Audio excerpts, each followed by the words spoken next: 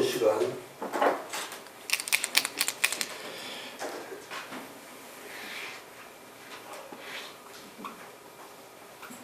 목회 작업에 대해서 세 가지 큰 작업이죠.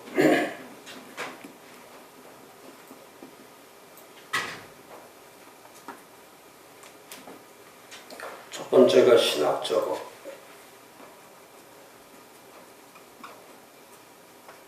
두 번째가 영토 작업,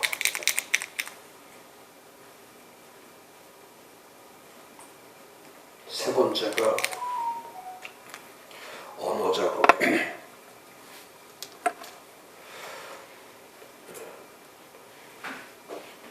이제 2022년도에 목회를 준비하려면 첫 번째 언제나 중요한 것이 신학화 작업을 하는 거죠. 신학화.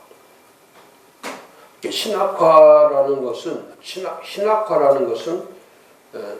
정확한 체계화를 얘기하는 거죠. 목회는 체계화가 돼 있을 때 정의를 내릴 수가 있고 의미를 찾을 수가 있고 개념이 정의되는 거죠. 신학화 작업이 안 되면 팀 켈러 목사님이 처치 플랜팅 할 때에 첫 번째 하는 일이 신학화라고 말했죠. 신학화를 하는 거다. 신학화 작업을 하는 거다.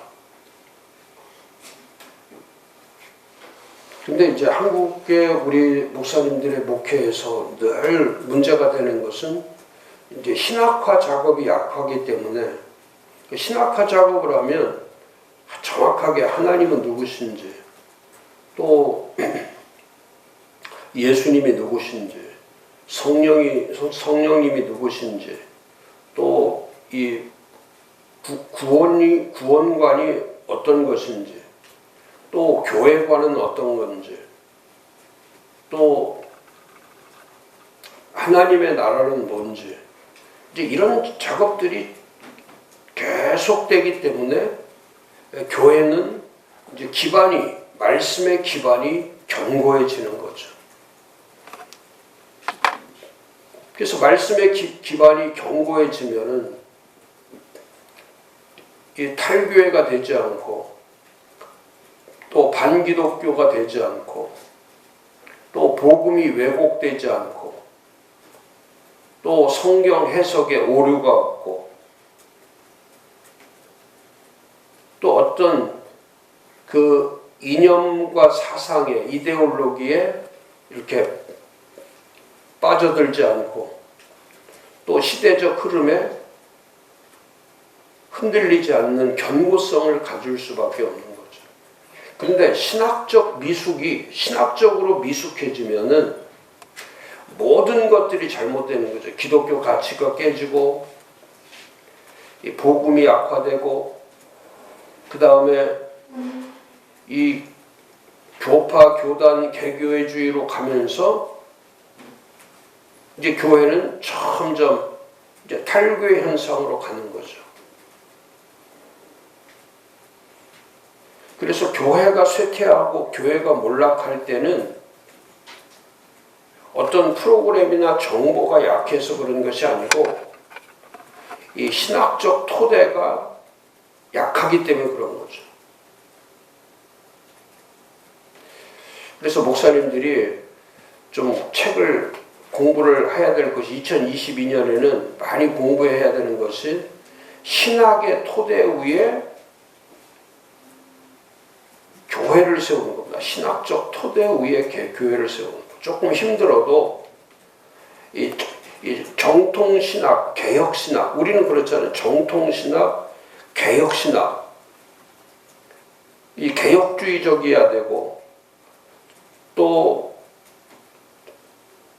그 신학의 정통성을 가지고 있어야 되고, 이렇게 자유주의나 인본주의나 이런 중세주의, 지금 한국교회는 교회라고 하는데 교회 안에서 지금 하고 있는 것은 전부 다 내부적 이 카톨릭화 돼가고 있다고요. 종교개혁 이전의 교회로 중세교회에 빠져 있는 거예요.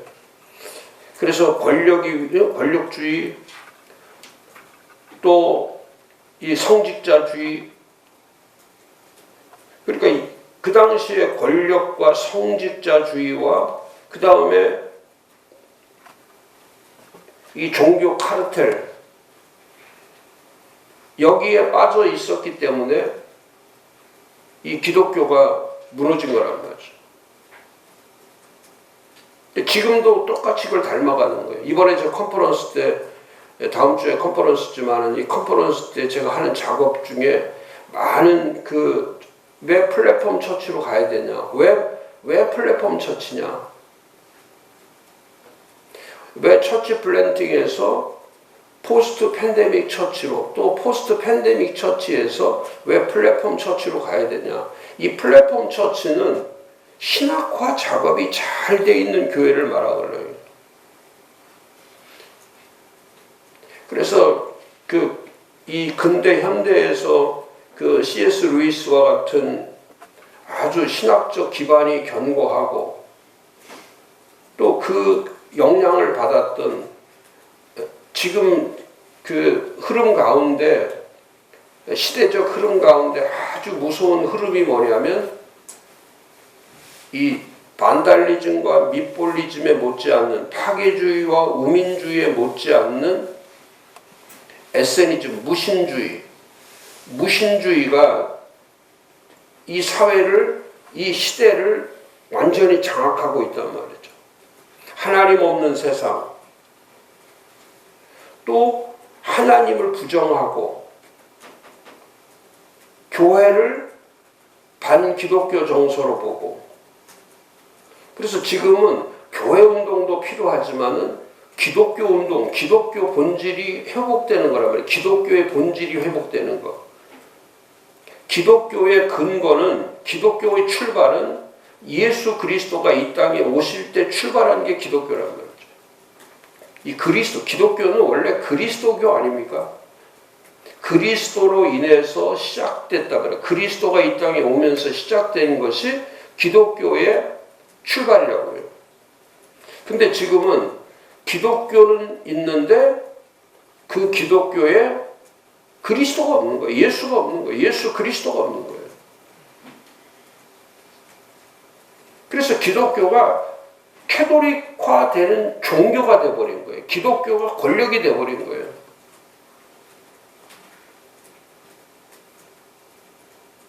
그리고 기독교 없는 교회가 돼버리고, 기독교 없는 예배가 돼버리고,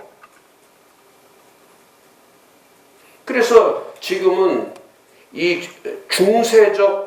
중세에 해왔던 가장 르네상스 시대에 해왔던 그런 인본주의와 이런 실용주의와 이런 이성주의, 이것이 교회 안에 지금 깊이 파고들어서 교인들 가운데도 복음주의나 개혁주의나 정통주의를 갖는 게 아니라 자유주의 신앙이 들어와 있고, 실용주의 신앙이 들어와 있고, 또 이성주의 신앙이 들어와 있기 때문에 교회 안에서 이 기반 자체가, 신학적 기반이 워낙 약하기 때문에, 그래서 좀 어려워도 그런 책들을 보셔야 돼요. 맥그레스가 C.S. 루이스의 영향을 받아서 근대 신학의 신학화 작업을 잘한 분이 누구냐면 그분이 맥그레스입니다. 맥그레스. 그리고 맥그레스의 신학이란 무엇인가, 아주 큰 책이, 볼륨이 엄청나게 크죠. 1000페이지가 넘는 아주 큰 책입니다. 근데 그런 책들을 통해서 거기에 보면은 한 18가지, 19가지 이렇게 쭉 아주 세밀하게 그 말씀을 기반으로 하는 그런 신학 작업을 해놓은 거예요. 지금은 이제 그런 게 필요해요. 지금은 정보나 프로그램이나 이벤트나 요즘 가을에 되면은 다니엘 기도를 한다든지 이런 게 필요한 게 아니고, 지금은 전부 다 이제 영상으로 하고 무슨 정보로 하고 유튜브로 하고 이런 거를 하면 안 되거든요. 지금은 말씀에 기반을 둔 목회를 해야 돼요. 말씀에 기반을 둔. 조금 어려워도 신학을 토대로 한 목회를 해야 된단 말이죠. 이 플랫폼 처치는 이런 말씀이 아주 명료하고 그 말씀이 분명하고 그 말씀이 체계적으로 되어 있는 교회를 플랫폼 교회라고 하는 거거든요. 이렇게 말씀이 허약하고 말씀이 깊이도 없고 이런 교회를 얘기하는 게 아니고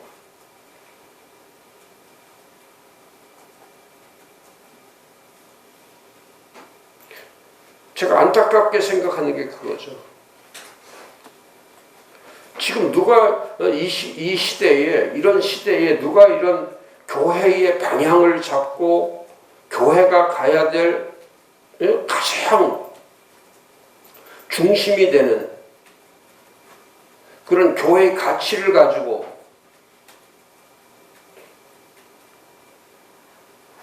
또 교회의 중심을 가지고 교회의 방향을 가지고 정확하게 메시지를 전하는 그런 교회들이 몇 교회나 되겠네요.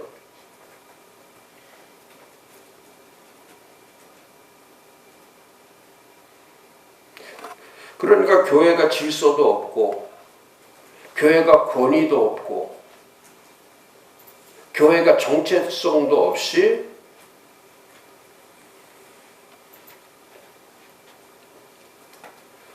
그래서 저는 2022년에 목사님들이 왜 플랫폼 처치가 되어야 교회가 죽지 않고 병들지 않고 왜곡되지 않고 무너지지 않고 쇠퇴와 몰락하지 않고 그렇게 그런 교회가 되지 않기 위해서 이 교회의 파괴를 막고 교회가 괴멸되는 것을 막기 위해서라도 반드시 이런 신학화 작업을 해야 된다. 그래서 내년 1년 동안 쭉 목사님들이 가르치는 거예요. 신학화, 체계화된 교회, 말씀에 깊이와 기반을 둔 교회를 세우는 겁니다. 그게 그 목회 작업을 하셔야 돼요. 힘들어도 그 작업을 하셔야 돼요. 이렇게 쉽고 가벼운 교회로 가는 게 아니라 무게가 있고 또 무게만 있는 게 아니에요. 깊이가 있는 거. 깊이 있는 교회.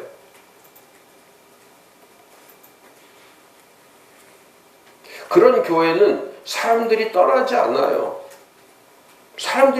그런 교회는 지금도 말씀을 잘 전하는 게 아니라 말씀을 깊이 있게 전하는 교회는 사람들이 모인다니까.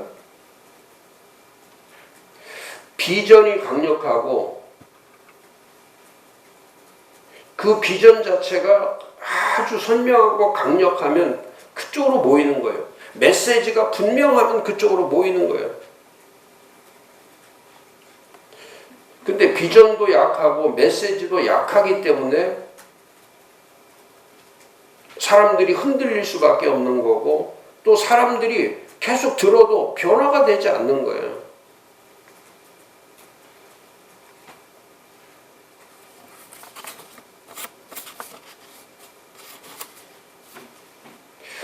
이제는 건강한 교회가 필요한 게 아니고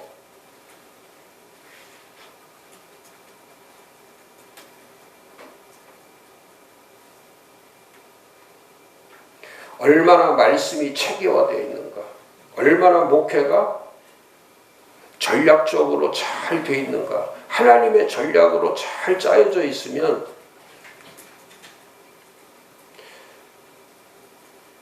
낭비하지 않죠. 그러니까 전략이 없기 때문에 생명성이 없고 영적인 힘이 없기 때문에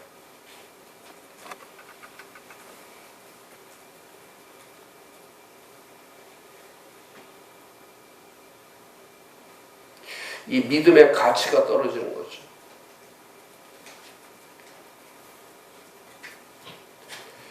제가 플랫폼 처치에 대한 전체적인 이렇게 디자인들을 이제 다음 주에 보시면은, 목사님들이 뭐를 공부해야 될 거, 뭐를 전해야 될 거, 그렇잖아요. 이 기독교를 어떻게 전할 거냐,